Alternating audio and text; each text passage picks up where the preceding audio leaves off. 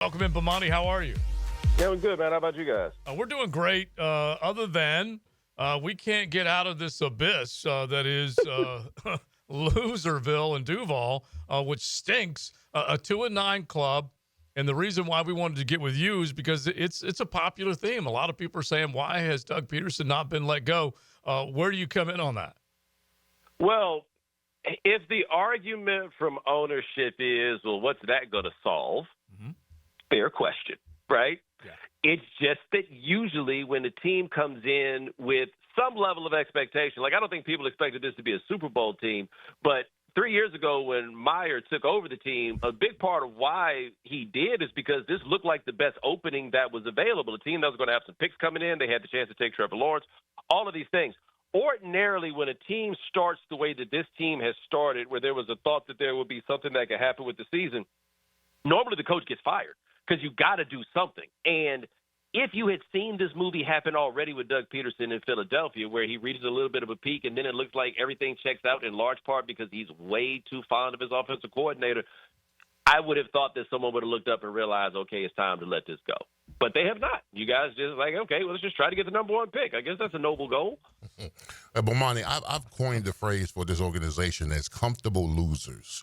When you lose a game like that to the Detroit Lions by 46 points when they score on every possession, and you do nothing about it, I mean, what kind of message is that sending to your locker room that you can underperform and still keep your job? Yeah, like my thing with football, where I look at it differently than all the other sports, is it's not dramatic to say that football players are risking their lives to do this, right? Like it's not.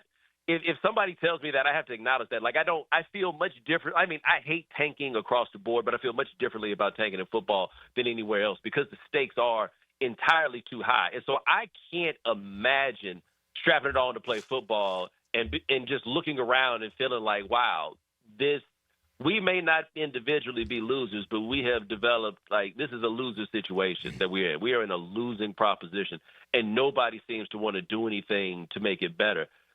That to me is bizarre, and it seems bizarre also in part to me because I don't take Khan as being one of those bad owners who doesn't want to do well or doesn't seem concerned. Like from this distance, at least, it does seem like he cares. Like we've seen teams that have owners that don't care. This doesn't seem to be the case there, but he can't get this right for anything, and I just don't. I mean, I've seen some really terrible owners figure it out. Like remember how stupid we thought the owner of the Texans was just 2 years ago? Yeah, now look at them. Yeah.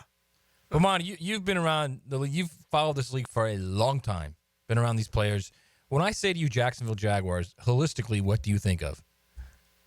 You say holistically, what I think of? Yeah. What do you think of this franchise? Yeah, from 30,000. So, like honestly, it's almost kind of there, like just kind of just there at this point because I think it's easy for people to forget what a splash this franchise came in with and how good they were to start. Like, I don't think Tom Coughlin's a Hall of Famer because of winning the 2 Super Bowls. I think it's good in the 2 Super Bowls plus what he did with an expansion franchise coming in. And so, like, I associate the first 10 or so years of this franchise with actually being pretty good and being strong. And then it's been, like, the last 10 years where it's just been inexplicably bad and not even, like, the fun kind of bad, right? Like, this is – like, they were – it feels almost in these last 10 years like they're kind of strapping up to be what the Lions used to be. But I don't – outside of that 2017 season where it really looked for about 20 minutes like they were going to go to the Super Bowl, it's just been so blah for this last stretch that, like, not even in a way where you joke about them, right? It's just like, no, they're just not good. We're talking with Bomani Jones. You can definitely check him out the right time on YouTube. And when I agree with you because Shad Khan, I believe, is a loyal, trusting owner that's willing to part with cash and give people the power to go out and do their work. He just happens to have picked really bad people to take that cash and spend it. He's averaging, as an owner, Bomani, 11 losses per season. So if you start mentioning this franchise in the same circle with, say, the Clippers and some of the others that have been out there and mentioned quite often as, just Loserville, that's the worst thing that can happen, I think, for Shad. Yeah, I'd agree. And I think he also winds up in this situation where when you lose, whatever you do is wrong, right? Like it's almost kind of the definition of the idea. But he is – I mean, even with Urban Meyer, he was more patient than I would have been. Like I do think he's demonstrated a measure of patience. And one thing we say very often about organizations if they do move on fast, like David Tepper, for example, who can't stick with a plan for very long. I think he's been right every time in moving early from something that he did. The problem was he just kept hitching his wagon to losers. Khan seems to be willing to give you a chance to show whatever it is, which is not the worst idea in the world. But how do you keep making the wrong guess over and over and over again? That becomes the question that he has to answer. And something I was talking to somebody about today with regard to the Jets, which is I am amazed at the confidence level that these owners who made their money not doing football always have in their ability to come up with football stuff. I don't get that for the life of me. Like, if I owned a team, I wouldn't really want to do stuff. I just want the suite. Hey, Bomani, this notion that not firing Doug won't solve anything because the last 6 games against teams that have losing records. I mean, what makes us think that the Jaguars will be favored in any of those games that they play? And I don't understand why change hasn't been made. Well, one thing, I'm not sure how long Lawrence is going to be out. So, like, maybe the argument you make is that whatever happens if it goes bad and you're playing Matt Corkle at quarterback, then maybe it's not the coach's fault, except you don't get fired because it's your fault. You get fired because it's your time.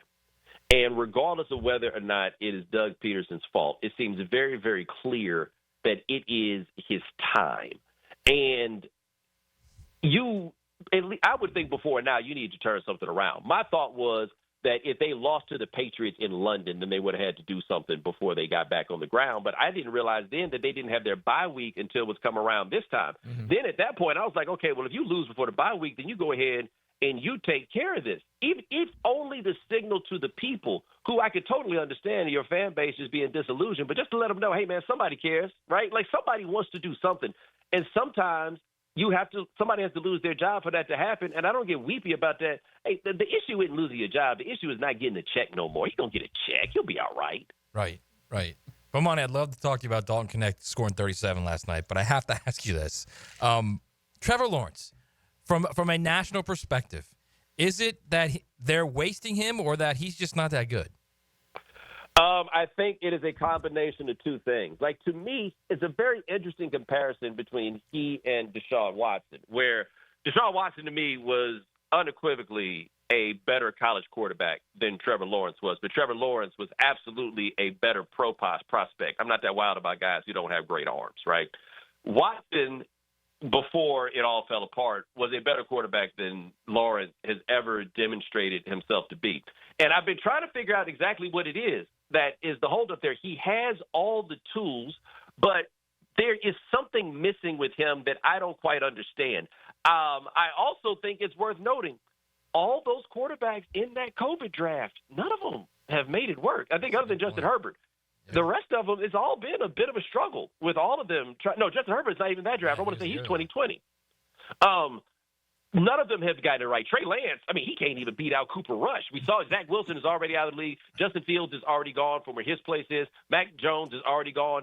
I don't know if there's something particular with the way that year went and everything that was associated with it, but there are always guys that come around, and for whatever reason, they're not the dude. Now, I'm not a scout or a football guy or any of those things, but I feel like I got a good theory on this, and you guys tell me if I'm crazy. I think the most important skill a quarterback can have is the shortest window possible between knowing what throw you want to make and actually making the throw. And Lawrence is not a dude that hits that one like that's the Tom Brady thing. Immediately, see the throw, make the throw. C.J. Stroud seems to be really good at that one. I don't think Lawrence is the guy that has that. And I don't think outside of all your physical gifts, if you got that one, you can figure the rest out.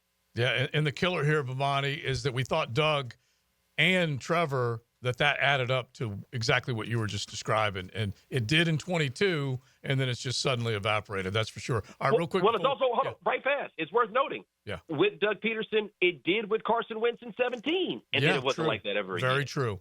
It's honestly, dude, it is a mystery because this guy's considered a player's coach, a guy that obviously is on the offensive side of the ball.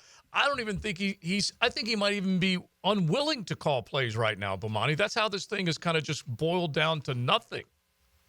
And he looks like he's ready to go. Right. Like, you can't keep showing up on the clock with that look on your face and I keep letting you do it. You know what I mean? Like you got to at least look like you want to be here. Yeah. Between him and Ryan Nielsen, and we call him Rick Nielsen because he was Miss Cheap Trick. identified the Cheap Trick defensive coordinator. Both of them look like the Want to Get Away commercial. It was unbelievable. All right, real quick before you go, the right time. They can find you on YouTube Monday, Wednesday, Friday?